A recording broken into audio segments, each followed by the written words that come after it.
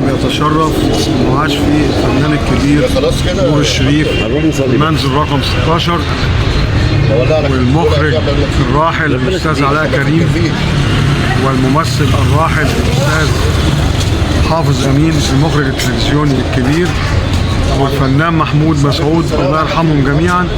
ويعيش فيه ايضا صاحب هذه الكلمات دكتور محسن احمد. شرفنا بك يا دكتور محسن، انت من عبق التاريخ الاصيل في منطقه السيده زينب، ومن اجمل من انجبت اكاديميه الفنون ومعهد السينما في السينما المصريه على مستوى التصوير كمدير تصوير، وعلى مستوى الاخراج كمخرج. اخرجت مجموعه كبيره جدا من كليبات لعمرو دياب ومجموعه كبيره من الافلام، كلها علامات مضيئه باضاءه مدير التصوير العظيم الراحل عبد العزيز فهمي، وانت من انجب تلامذته.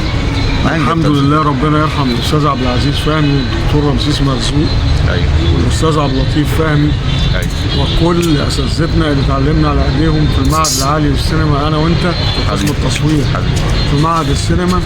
وبندين لهم جميعا بالفضل في ان احنا اتعلمنا كويس وعملنا مشوار في حياتنا الحمد لله بنسمع عنه كل الكلام الجميل اللي حضرتك تفضلت بيه.